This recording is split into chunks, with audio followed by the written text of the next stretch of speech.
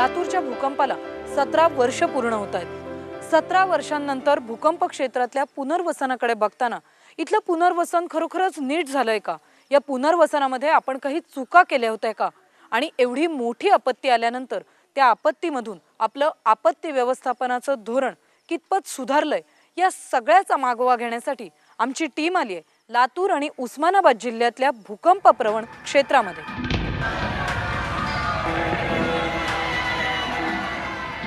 माणसं मरण पावले, जनावरं मरण पावले, घरदारं पडले, सगळं उद्ध्वस्त होऊन गेलं, काही राहिलं।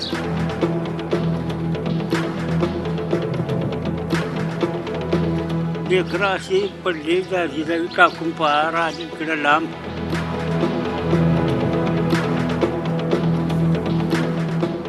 आणि आईला उकरून उकरून हे हाताचे नख जिवाळा लागले, रक्त गळ आली बदबदा। कोण येऊ लागलं या म्हणलालो, बुंबुल लालो, रडलालो, कोण येतंय जास्तीने मातीत बुजालेली होती, कोणी कुणाला मदत करणार आहे। भूकंपाच्या दिवशी ज्याचं वय 10 वर्षापेक्षा जास्त होतं तो माझ्या माहितीप्रमाणे तो आयुष्यभर विसरू शकणार नाही।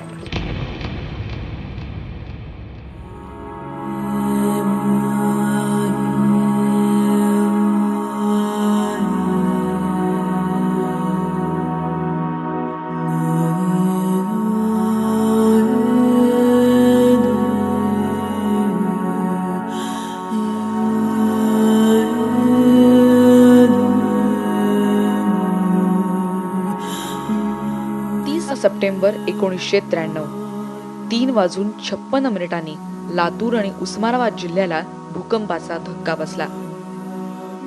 6.4 रिश्टर स्केल एवढ्या तीव्रतेचा हा धक्का होता। पहिल्या धक्क्यानंतर 3 आफ्टर शॉक बसले। 82 गावं भूकंपग्रस्त बनली। 32,367 घरं संसार कोसळले। 89 जण कायमचे अपंग बनले। 9,782 जणांचे कोसळलेल्या ढिगाऱ्यात बळी गेले। या भूकंपाचा केंद्रबिंदू होता किल्लारी हे गाव। माझ्या एकट्या किल्लारी गावातले 1340 माणसं गेली। नवीन लग्न झालेली, लहान लहान शाळेतली, त्या 1340 मध्ये 450 शाळेत जाणारी मुलं होती। भूकंप झाला तेव्हा डॉक्टर शंकरराव परसागळे सरपंच होते। 2005 पर्यंत म्हणजे 24 वर्ष ते किल्लारीचे सरपंच होते। किल्लारीच्या भूकंपाची तीव्रता फक्त आकडेवारीवरून सांगता येत नाही, तर ती भूकंप अनुभवलेल्या प्रत्येकाच्या मनात आजही ताजी आहे।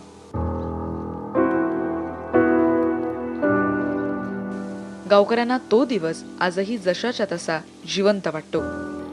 जिथं एसटी फिरायची, ग्रामपंचायतचं मोठं टाकीच्या जवळ ते ऑफिस होतं, त्याच्या समोर किमान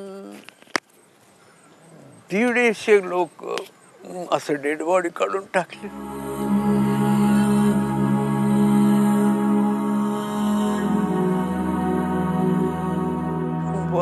विशेषतः वार्ड नंबर 1 म्हणजे फार जुना गावचा भाग, तिथं एका घरचे 10-11, माझ्या बरोबर सदस्य होता व्यंकट मोळजे, त्याच्या घरची 13 माणसं। 8-10 घर तरी अशी की ज्यांना अगदी लॉकच लावावं लागलं। आणि एक काही दृश्य असे पाहण्यात मिळाले की एक बाई तिचं मूल पितय, स्तनपान करते, आई मेली, मूल पण मेली, तसंच टाकलं, त्यानं सोडलं पण नव्हतं, त्या आईनं त्याला असं बघलं। भूकंपाची रात्र काय काय घेऊन आली होती आणि किती संसार घेऊन गेली। शांता क्षीरसागर यांचा 3रा मुलगा अविनाश भूकंपाच्या रात्री 11 दिवसांचा होता। 11 दिवस झाले, अरे 11 दिवस ही मुलगा बघत नव्हता, डोळे झाकूनच होता। मग आंधळा हाय म्हणून बक्कळ डॉक्टर दाखिलं, कुठलाच गुन्हा नाही। ज्या वेळेस भूकंप झाला त्यावेळेस 1 तासाने भूकंप होतोय म्हणजे ह्यानं डोळे उघडून हसलालं, खिळालं। मग आम्ही ह्यालाच बघत बसलो. थुळ आले मग नवल वाटलालं. 11 दिवस आंधळ होतं. नवल वाटलाल्यास पुन्हा भूकंप व्हायच्या पुढे पुढे आम्हाला झोप लागली भरपूर. मग माझी बाज पत्रे होती अशी पुढे महाग इमला होता आमचं घर इमल्याचं. आणि ती इमल्याची भीत आईच्या अंगावर सगळी पडली. आणि माझ्या अंगात असं कनिंग होती, शेती आहे ती ज्वारी ही ठेवत नाहीत का, त्या कणगीवर ती आडू असं तटला आणि त्याच्यावर 3 पत्र्याची कोप झाली. आणि त्याच्यामुळं मी ही मुलगा आणि एक मुलगी थुरली. आम्ही तिघजण वाचलो. स्वतःच्या इमल्यात सुखी संसार करणारं हे कुटुंब पुढची 14 वर्ष सरकारनं दिलेल्या शेडमध्ये साखर कारखान्याच्या पालावर जगलं. अविनाशचं बालपण कोमेजून गेलं. भूकंपानंतरच्या पिढीतल्या अविनाशला आज आपलं बालपण आठवतं ते काँग्रेस गवतात गेलेलं. बांधकामाच्या पुनर्वसनात सगळेच बुडून गेले असताना अशी कितीतरी बालपणं त्यात थिजून गेली. त्याची नोंद कुठेही मिळणार नाही. माझं बालपण एवढं धुकात गेलं की त्याच्यामध्ये घर नको राहायला, एकतर खाली फरशी नको, घराच्या कडेनं काँग्रेस, त्याच्यामध्ये सर्प वगैरे, तसंच लहान याच्यामध्ये. त्यावेळेस आम्हाला जेवढं कळत होतं त्यावेळेस तर असं रोड सहित नव्हतं. आम्हाला जायचं म्हटलं तर शाळेला जायचं म्हटलं की इथून अर्धा किलोमीटर चालत जावं लागत होतं. आणि त्यावेळेस अजून कुठलीही सुविधा नव्हती आम्हाला. लाईट नव्हती, पाणी नव्हतं, राहायला स्वतःचं घरही नको.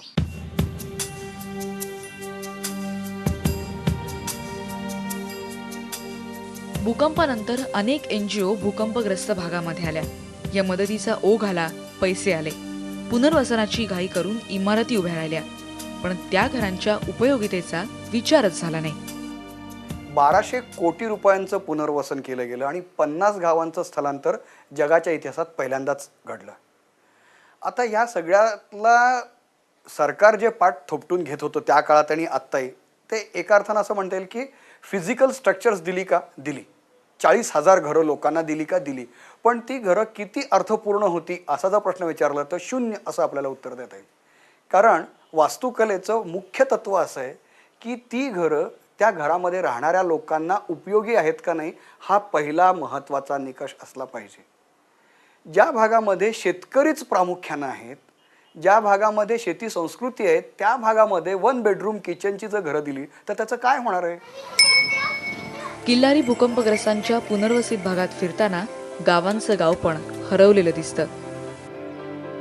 हे पुनर्वसन करताना ग्रामीण जीवनशैलीचा विचार केलेला नाही. अशा घरांमध्ये राहणं हा शेतकऱ्यांसाठी तर एक प्रकारचा कोंडमारा ठरतोय. काय आम्हाला राहण्याला जागा नाही. घाणे हा दुखणेवल्यात लेकरा बाळाला कसर नाही. या घाणीनं जागा पूर्ण राहायला, जनावर माणसं चुली एकाच ठिकाणी. इथं 2 माणसाला राहायसारखी जागा आहे, तर इथं 4 माणसाचं कुटुंब केलंय त्याने. मग 4 माणसाला पुढे 4 लेकर राहणारच का? इतकी हालत खराब आहे की मेंढरं राहिल्यासारखे आम्ही राहिलो सध्या. आणि बघायचं असलं तर बघू शकता तुम्ही कसं काय, जनावरं तिथंच, आम्ही तिथंच. नवीन किल्लारीमध्ये उभ्या राहिलेल्या घरांची आज झालेली ही अवस्था बघा. छत गळतंय, लोखंडी सळ्या बाहेर आलेल्या. भूकंपग्रस्तांना घरं मिळाली का? हो मिळाली, पण ती निकृष्ट दर्जाचं बांधकाम असणारे. त्यामुळेच अनेक ठिकाणी पुनर्वसनात बांधून दिलेल्या घरांचा वापर हा गोदामांसारखा केला जातोय. चूल घराबाहेर पेटते आणि लोक घराशेजारच्या शेडमध्ये झोपतात. शेड मारून चुली शेडमध्ये करतात आणि शेडमध्येच सगळे लोक झोपतात. भूकंपामुळे फार भीती वाटते. न गणपती झालं तर 11 दिवस लोक शेडमध्ये झोपतात, न बाहेर रस्त्यावर झोपतात. ते घराची कंडिशन तर एवढी बेकार आहे, सगळे घर गळून गेल्यात. ते वरून देखणं दिसून काय उपयोग आहे? गुणवंती राहावं लागतं, रूपवंतीवरून राहायला काय उपयोग नाही. ते गुत्तेदार पद्धतीनं सगळं बांधकाम झालं. ते गुत्तेदारानं त्यांचा फायदा करून घेतले. गावच्या कार्यकर्त्यांना काम करून घेणारी जी बॉडी होती त्यांनी त्यांचा फायदा करून घेतले. मग ते बांधकाम म्हणजे असं पूर्ण चांगल्या लेवलचं बांधकाम झालेलं नाही किल्लारीचं. पुनर्वसनानंतर गावगाडा हाकण्यासाठी लोकसहभाग, लोकशिक्षण झालेलं नाही. गावाच्या विकासासाठी स्थानिकांचा पुढाकार कमी तर पडतोय, शिवाय गावांचे आकारही एवढे वाढलेत की गावांचा मेंटेनन्स ही मोठी समस्या या गावांमध्ये उभी राहिली आहे. आज आपण त्या भागात हिंडताना लक्षात येतं की एक छोटंसं गाव, किल्लारीसारखं गाव आता 20 पट मोठं झालेलं आहे. त्या गावाचं मेंटेनन्स करणार कसा? हे जसे गावाचे प्रश्न आहेत, त्याचबरोबर गावामधलं जे एक सामाजिक रचना असते ती पण यामुळे बिघडून गेलेली आहे पूर्णपणे. कारण पूर्वी ज्या सहजतेनं आम्ही गावात हिंडत होतो, आदानप्रदान होत होतं, गप्पा मारत होतो, ह्या सगळ्या निघून गेलेल्या आहेत. महिलांना याचा खूप मोठा त्रास झाला. कित्येक इमारती आज गावांमध्ये कोणत्याही वापराशिवाय पडून असल्याचं दिसतंय. सरकार, स्वयंसेवी संस्था आणि जनतेच्या पैशांची नासाडी होतीये ती पुनर्वसनाच्या धोरणाबद्दल दूरदृष्टी नसल्यामुळेच. लातूरच्या भूकंपाचं केंद्रस्थान असलेल्या किल्लारीतल्या जुने गावठाण या गावामध्ये आम्ही इथे आलोय आणि या गावामध्ये राज्य सरकारने भूकंपग्रस्तांच्या आठवणींचं संग्रहालय आणि स्मृतिस्तंभ बांधलाय 1999 साली आणि त्यासाठी सरकारने या प्रकल्पावर तब्बल 58.41 लाख रुपये इतका खर्च केलेला आहे. आता 58.41 लाख रुपये खर्च करून फक्त 10 वर्षांपूर्वी बांधलेल्या या संग्रहालयाची दुरावस्था मात्र एका गोठ्यापेक्षा सुद्धा वाईट अवस्थेत आहे आणि ती सुद्धा याच किल्लारीतल्या जुन्या गावठाणामध्ये. माजी मुख्यमंत्री नारायण राणेंच्या हस्ते संग्रहालयाचं उद्घाटन झालं होतं. विलासराव देशमुख यांचा हा मतदारसंघ, पण महाराष्ट्रातल्या ऐतिहासिक भूकंपाच्या संग्रहालयाकडे आता ढुंकून बघायला सुद्धा कोणाला वेळ नाही.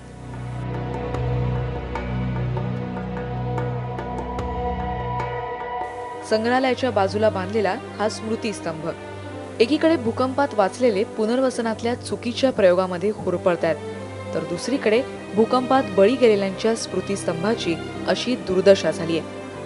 2001 साली बसलेल्या भूकंपाच्या धक्क्यात स्मृतिस्तंभाच्या फरशा तुटल्या, त्या बसवण्याची तसदी सुद्धा कोणी घेत नाही. दरवर्षी 30 सप्टेंबरला स्मृतिस्तंभापुढे भूकंपग्रस्तातल्या मृतांना शासकीय सलामी दिली जाते. इथल्या पुनर्वसन कामात तर सरकारनं वेळ मारून नेली आहे आणि सरकार त्यातच पाठ थोपटून घेत आहे. पण वस्तुस्थिती पाहिल्यानंतर दिसतो तो शासकीय सलामीतला फोलपणा. भव्य कार्यक्रम झाला का झाला, पण ते दिव्य नक्कीच नाही. हे पुनर्वसन दिव्य आपल्याला म्हणता येणार नाही आणि ती संधी आपण हुकवली.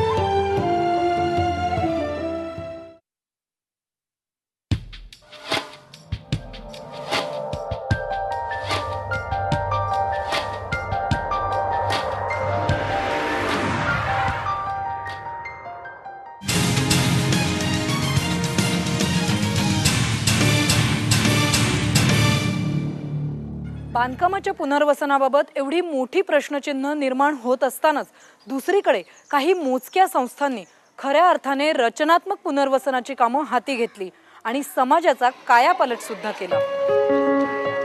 उस्मानाबाद जिल्ह्यात नळदुर्गमध्ये सुरू झालेलं आपलं घर हे त्यापैकीच एक. राष्ट्रसेवा दल आणि ज्ञानदीप कलोपासक मंडळाच्या पुढाकारातून, श्रमदानातून आणि विविध ठिकाणच्या देणग्यांमधून ही संस्था उभी राहिली. भूकंपानंतर या भागामध्ये काही संस्था येऊन पुण्या मुंबईला इथल्या मुलांना शिक्षणासाठी घेऊन जात होत्या. तर या मुलांना याच भागात शिक्षण मिळावं असा आग्रह आम्ही त्या तत्कालीन मुख्यमंत्री शरद पवारांकडे धरला आणि त्यावेळेस त्यांनी मान्यता दिली की तुम्ही स्थानिक संस्थेसोबत राष्ट्रसेवा दलानं या भागात सर्वे केल्यानंतर त्यांच्या लक्षात आलं की इथली मुलं बाहेर घेऊन जात आहेत, तर इथल्या मुलांना इथं शिक्षण मिळावं अशी व्यवस्था केली पाहिजे असा आग्रह धरला. भूकंपात अनाथ झालेली पिढी आता आपलं घरच्या आधारानं मोठी झाली आहे. पण आपलं घरनं आपलं काम थांबवलेलं नाही. या भागातल्या परित्यक्त्या महिला, अनाथ, गरीब मुलांचं ते कायमचं घर बनलंय. मला संस्थेमधून थोडंफार बाहेरलं पण नॉलेज देतात आणि जे नॉलेज दिलं जातं ते आम्हाला चांगलं वाटतं आणि ते नॉलेज कधी आम्हाला भेटत नसतं ते इथून भेटतं आम्हाला. मुलांना एक प्रेमाची माया, आधाराची छाया असे आपलं घर निर्माण झालं.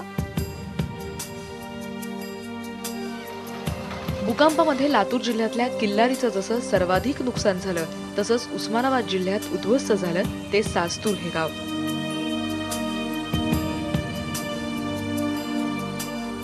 याच सास्तूरमध्ये विपुला कादरी यांनी दूरदृष्टीनं रुग्णालय उभारलं. भूकंपग्रस्त भागात लाखो रुपये खर्च केलेली सरकारची रुग्णालयं जेव्हा दुर्दशेमध्ये आहेत तेव्हा सास्तूरचं स्पर्श रुग्णालय दोन्ही जिल्ह्यात आरोग्य सेवा आणि आरोग्य शिक्षणाचं काम नेटानं करतंय. गरीबातला गरीब पेशंट सुद्धा इथं अगदी विनामूल्य याच्यामध्ये बरा होऊन जातो. हा माझा स्वतःचाच अनुभव आहे. प्रायव्हेट हॉस्पिटलपेक्षा चांगली सेवा इथे मिळते. इथली सेवा, कर्मचाऱ्यांची त्यांना असणारी वागणूक, स्वच्छता, टापटीप आणि एकंदरीतच त्यांच्या आरोग्याची घेतली जाणारी काळजी यामुळं त्यांच्या मनामध्ये एक विश्वास निर्माण झालेला आहे आणि गेली 14 वर्ष अविरतपणे स्पर्शचं हे कार्य चालू आहे. सास्तूरचं नाव स्पर्श संस्थेनं जगाच्या नकाशावर आणलं. इथल्याच शेतकऱ्यांकडून भूकंपग्रस्त गावांच्या पुनर्वसनासाठी सरकारनं जमिनी घेतल्या, पण आता त्या शेतकऱ्यांच्या भूभाड्यासाठीचा लढा सरकार विरोधात सुरू आहे. कमीत कमी 10 वर्ष झाला मी कलेक्टर ऑफिसला, भूसंपादन ऑफिसला ते चक्रा मारतो. प्रत्येक वेळेस अर्ज देतो. 2-3 वेळेस उपोषणाचे निवेदन पण दिले. भूकंपग्रस्त गावांचं पुनर्वसन करताना सरकारनं ही गावं मूळ जागेवरून उठवली आणि ती नवीन ठिकाणी वसवलीत. आता ही सर्व मूळ गावांची जमीन सरकारच्या ताब्यात पडू नये. 17 वर्ष झाली तर या गावांचं काय करायचं याचा निर्णय सरकार घेऊ शकलेलं नाहीये. ही जी 52 गावं जी ओसाड आता पडलेली आहेत ह्याच्या जमिनीचा अजून काही निर्णयच घ्यायला तयार नाही येते की ह्याच्यामध्ये तुम्ही काही वनीकरण करा, याच्यामध्ये बांबूची लागवड करा, सागाची लागवड करा, काहीतरी करा ना. इन्क्रिमेंटल हाऊसिंगचा जो तुम्ही पर्याय आहे ना तो याच्यात तुम्हाला करता येईल ना, पण ह्याच्यात अजून निर्णय नाही होत त्याच्यात. भूकंपासारख्या आपत्तीला सामोरं जाण्यासाठी ताबडतोब काही पावलं उचलावी लागतातच, पण त्याबरोबरच दूरदृष्टीच्या उपाययोजनाही महत्वाच्या असतात. मात्र राज्याचं धोरण चुकतंय ते इथेच. किल्लारी भूकंपग्रस्तांना बांधून दिलेली घरं ही भूकंपरोधक घरं नाहीयेत. या काळात तडा गेलेल्या घरांची दुरुस्ती सुद्धा झालेली नाही. हे धोकादायक आहे. कारण 1999 ते 2000 पर्यंत लातूरमध्ये भूकंपाचे 54 धक्के नोंदवण्यात आलेत. अर्थातच धोका कायम आहे. 60% पेक्षा जास्त घर इथे नॉन इंजिनियर्ड आहे आणि हा धोक्याचा एक सोर्स आहे. म्हणून लोकांच्या स्तरावर बांधकाम करताना हा घरांच्या बांधकामची गुणवत्ता कसं वाढवता येईल, न त्यांनी काय काय काळजी घ्यावी या सगळ्याचा विचार करण्यासाठी कसं तांत्रिक मदत खेड्यापाड्यात ग्रामीण भागात कसं उपलब्ध करता येईल हा एक सर्वात मोठा मला वाटतं धडा आहे.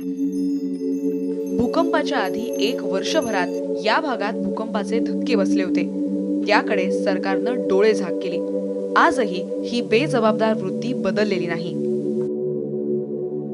खरं तर त्यावेळेचे पंतप्रधान नरसिंह राव असं जाहीर म्हणाले होते की दक्षिण भारताकडे भूगर्भशास्त्रज्ञांनी पूर्णपणे दुर्लक्ष केलेलं आहे आणि हे खूप मोठं राजकीय स्टेटमेंट होतं. ते या अर्थानं की हिमालयाचा जेवढा अभ्यास केला जातोय त्याच्या 1/1 अभ्यास दक्षिण भारताचा नर्मदा खोरं गोदावरी खोऱ्याचा होत नाहीये. फोर शॉक्स कोणते, आफ्टर शॉक्स कोणते याचा अभ्यास करण्यासाठी भूचुंबकीय, भूभौतिक, त्यानंतर भूऔष्णिक अशा अनेक अंगांनी अभ्यास करायला लागतो. तो अभ्यास काडी मात्र सुरुवात केलेली नाहीये. फक्त भूकंपाचे धक्के बसले की भूकंप मापन यंत्र बसवतात.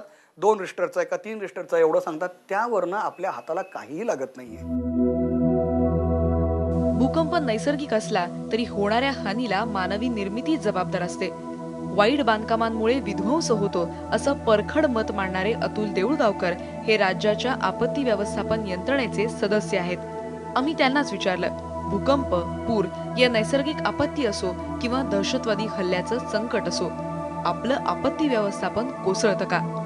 याचं मुख्य कारण मला असं वाटतं की आपले राजकीय नेते संवेदनशून्य आहेत. एवढ्या मोठ्या आपत्ती येऊन सुद्धा आपत्ती व्यवस्थापन हे काही कौशल्याचं काम आहे, ज्याच्यामध्ये कल्पकता पाहिजे, ज्याच्यामध्ये विज्ञान पाहिजे, याचा मागमूस आपल्याकडे आढळत नाही. आपत्ती व्यवस्थापन प्राधिकरणाची बैठक म्हणजे काय खरेदी केलं याची जंत्री वाचून दाखवणे, वर्षातनं एकदा, एवढंच फक्त आपला आपत्ती व्यवस्थापनाचा सहभाग आहे. त्याच वेळेला ओरिसा, तामिळनाडू आणि गुजरात या राज्यांमध्ये स्वायत्तता दिलेली आहे. किल्लारीच्या भूकंपानं एक तडाखा दिला. गेल्या 17 वर्षांमध्ये संधी होती उत्तम पुनर्वसन करण्याची, पण झालं भलतंच.